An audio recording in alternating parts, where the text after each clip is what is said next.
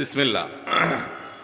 প্রথম প্রশ্ন, শাওয়াল মাসের রোজার গুরুত্ব ও ফজিলত জানাবেন এবং এর নিয়ম কি, সময়সীমা জানাবেন। শাওয়াল মাসের যে রোজা, এই রোজা সুন্নাত। নবী করিম সাল্লাল্লাহু আলাইহি ওয়াসাল্লাম শাওয়াল মাসে 6টি রোজা রাখার নির্দেশ আমাদেরকে করতেন ওই মাস উপলক্ষে। তিনি বলেছেন, মান সামা রমাদান, যে ব্যক্তি রমজান মাসে রোজা রাখবে সবগুলো, সুম্মা আতবাউহু সিত্তাম মিন শাওয়াল, এরপর রমজান মাসের রোজাগুলো রাখার পর শাওয়াল মাসে যে ব্যক্তি 6টা রোজা রাখবে, কানা কা সিয়ামিদ দাহার, আল্লাহ তাআলা তাকে সওয়াব দিবেন সারা বছর রোজা রাখার সওয়াব।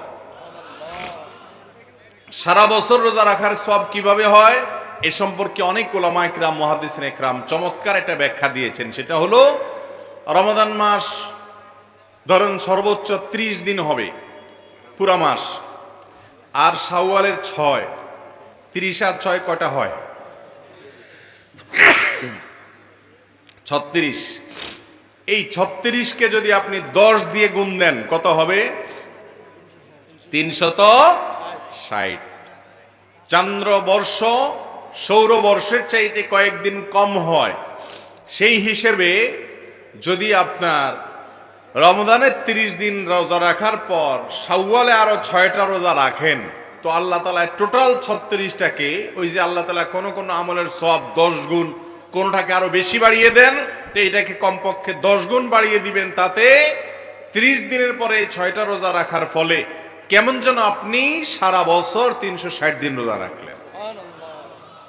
এই জন্য এই সুযোগ হাতছাড়া করা উচিত না। শাওয়ালের 6 রোজা, এটা আমরা কখন রাখবো? আমরা ঈদের দিন, ঈদ উপলক্ষে যে রোজা রাখা হারাম সেদিন বাদে এরপরে পুরো গোটা মাসের যে কোনো দিন আমরা রাখতে পারবো। এমনকি কেউ যদি শুধু শুক্রবারের সুযোগ পায়, শুধু শুক্রবারে রাখবেন। শুধু শুক্রবারে রোজা রাখা এমনি, শুধু জুমার দিনে রোজা রাখা এমনিতে নিষেধ হাদিসে। কিন্তু শাওয়ালের 6 রোজা হিসাবে আপনি হয়তো ছুটি পান ওই একটা দিন, শুধু সেদিন আপনি রাখবেন, তো রাখতে পারেন। এগুলো শাওয়ালের 6টা রোজা একসাথে রাখতে হবে এমন কোনো জরুরি না। একদিন আজকে একটা রাখলেন, আবার 2 দিন পরে একটা রাখলেন, প্রথম সপ্তাহে 2টা রাখলেন, পরের সপ্তাহে আবার 2টা রাখলেন, এভাবে আপনি গ্যাপ দিয়ে রাখতে পারেন। গোটা মাসের ভিতরে মোট 6টা হলেই শাওয়ালের 6 রোজা হয়ে যাবে। মা বোন যারা মাসিকের কারণে রমজান রোজা ভাঙতি হয়েছে, তারা সেই রোজাগুলো আগে রাখবেন না শাওয়াল রোজা আগে রাখবেন, এ নিয়ে ওলামাদের 2 রকমের মতই আছে। অনেক স্কলারগণ বলেছেন আগে রমজান রোজাটা পুরা করবেন, কাজাগুলো রাখবেন, এরপর শাওয়ালেরটা রাখবেন। কারণ হাদিসে আসছে, মান সামা রমাদান, যে ব্যক্তি রমজানের রোজা রাখলো এরপরে আসছে শাওয়ালের রোজা রাখলো, তো আপনার রোজা তো বাকি আছে রমজানের, সেগুলো রাখবেন, তারপরে শাওয়ালের 6 রোজা রাখবেন।